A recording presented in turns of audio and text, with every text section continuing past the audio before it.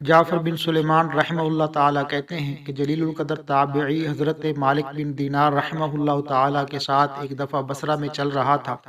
ایک عالی شان محل پر گزر ہوا جس کی تعمیر جاری تھی، اور ایک نوجوان بیٹھا ہوا معماروں کو ہدایات دے رہا تھا کہ یہاں یہ بنے گا، وہاں اس طرح بنے گا۔ مالک بن دینار رحمۃ اللہ تعالیٰ علیہ اس نوجوان کو دیکھ کر فرمانے لگے کہ یہ شخص کیسا حسین نوجوان ہے اور کس چیز میں پھنس رہا ہے، اس کو اس تعمیر میں کیسا انہماک ہے۔ میری طبیعت پر یہ تقاضا ہے کہ میں اللہ جل شانہ سے اس نوجوان کے لیے دعا کروں کہ وہ اس کو اس جھگڑے سے چھڑا کر اپنا مخلص بندہ بنا لے۔ کیسا اچھا ہو اگر یہ جنت کے نوجوانوں میں بن جائے۔ جعفر اس نوجوان کے پاس چلیں۔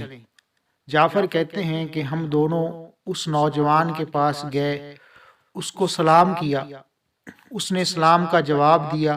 وہ مالک رحمہ اللہ تعالیٰ علیہ سے واقف تھا، مگر مالک کو پہچانا نہیں۔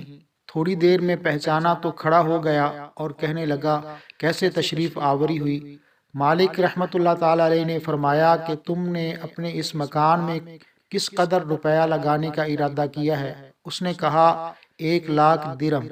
مالک نے فرمایا کہ تم یہ 1,00,000 درہم مجھے دے دو تو میں تمہارے لیے جنت میں ایک مکان کا ذمہ لیتا ہوں جو اس سے بدرجہ بہتر ہوگا، اور اس میں حشم و خدم بہت سے ہوں گے۔ اس میں خیمے اور قبے سرخ یاقوت کے ہوں گے جن پر موتی جڑے ہوئے ہوں گے۔ اس کی مٹی زعفران کی ہوگی، اس کا گارا مشک سے بنا ہوگا، جس کی خوشبو مہکتی ہوگی۔ وہ کبھی نہ پرانا ہوگا نہ ٹوٹے گا۔ اس کو معمار نہیں بنائیں گے بلکہ حق تعالی شانہ کے امر کن سے تیار ہو جائے گا۔ اس نوجوان نے کہا، مجھے سوچنے کے لیے آج رات کو مہلت دیجیے، کل صبح تشریف لائیں تو میں اس کے متعلق اپنی رائے عرض کروں گا۔ حضرت مالک رحمۃ اللہ علیہ واپس چلے آئے اور رات پر اس نوجوان کے فکر اور سوچ میں رہے۔ آخر شب میں اس کے لیے بہت عاجزی سے دعا کی۔ جب صبح ختم ہوئی تو ہم دونوں اس کے مکان پر گئے۔ وہ نوجوان دروازے سے باہر ہی انتظار میں بیٹھا تھا، اور جب حضرت مالک رحمۃ اللہ علیہ کو دیکھا تو بہت خوش ہوا۔ حضرت مالک نے فرمایا، تمہاری کل کی بات میں کیا رائے ہے؟ اس نوجوان نے کہا کہ آپ اس چیز کو پورا کریں گے جس کا کل آپ نے وعدہ فرمایا تھا؟ حضرت مالک رحمۃ اللہ علیہ نے فرمایا، ضرور۔ اس نے دراہم کے توڑے سامنے لا کر رکھ دیے اور دوات اور قلم لا کر رکھ دیا۔ حضرت مالک رحمۃ اللہ علیہ نے ایک پرچہ لکھا جس میں بسم اللہ الرحمن الرحیم کے بعد لکھا کہ یہ اقرار نامہ ہے کہ مالک بن دینار نے فلاں شخص سے اس کا ذمہ لیا ہے کہ اس کے اس محل کے بدلے میں حق تعالی شانہ کے یہاں اس کو ایسا ایسا محل جس کی صفت اوپر بیان کی گئی، جو جو صفات اس مکان کے اوپر گزری وہ سب لکھنے کے بعد لکھا ملے گا، بلکہ اس سے بھی کہیں زیادہ عمدہ اور بہتر، جو عمدہ سایہ میں حق تعالی شانہ کے قریب ہوگا۔ یہ پرچہ لکھ کر اس کے حوالے کر دیا اور 1,00,000 درہم اس سے لے کر چلے آئے۔ جعفر کہتے ہیں کہ شام کو حضرت مالک رحمۃ اللہ علیہ کے پاس اس میں سے اتنا بھی باقی نہ تھا کہ ایک وقت کے کھانے ہی کا کام چل سکے۔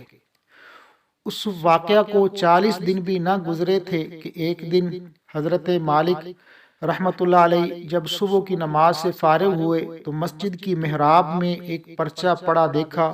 یہ وہی پرچہ تھا جو مالک رحمۃ اللہ علیہ نے اس نوجوان کو لکھ کر دیا تھا۔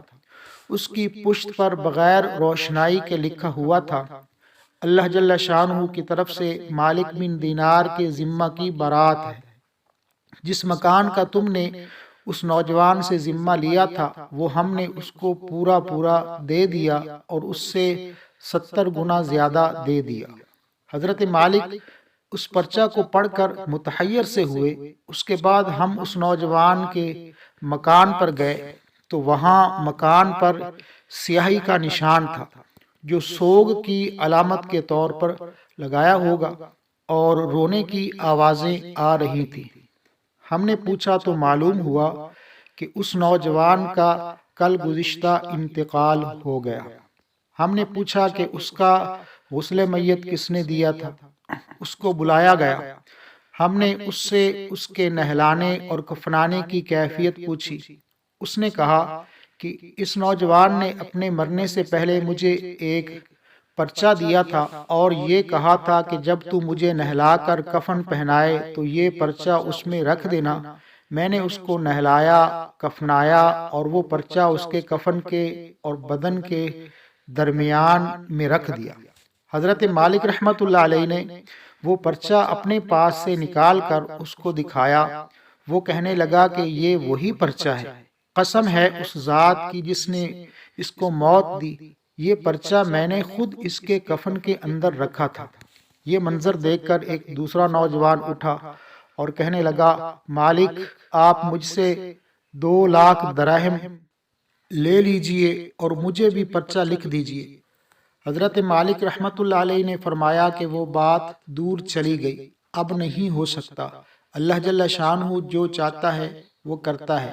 اس کے بعد جب بھی مالک اس نوجوان کا ذکر فرماتے تو رونے لگتے اور اس کے لیے دعا کرتے تھے۔ بزرگوں کو اس قسم کے واقعات بہت کثرت سے پیش آتے ہیں کہ جوش میں کوئی بات زبان سے نکل گئی، حق تعالی شانہ اس کو اسی طرح پورا فرماتے ہیں جس کو حضور اقدس صلی اللہ علیہ وسلم کے پاک ارشاد میں ان الفاظ سے نقل کیا گیا کہ بہت سے بکھرے ہوئے بالوں والے غبار آلود لوگ جن کو لوگ اپنے دروازے سے ہٹا دیں اور ان کی پرواہ بھی نہ کریں، ایسے ہیں اگر اللہ جل شانہ پر کسی بات کی قسم کھا لے تو وہ ان کی بات کو پورا کر دے۔ معزز ناظرین، یہ واقعہ فضائل صدقات سے لیا گیا ہے جو حضرت شیخ الحدیث حضرت مولانا محمد زکریا نور اللہ مرکزہ کی مشہور تصنیف ہے۔ اس قسم کے اور بھی بہت سے واقعات اس کتاب کے اندر موجود ہیں۔ اللہ تعالی ہم سب کو عمل کی توفیق عطا فرمائے۔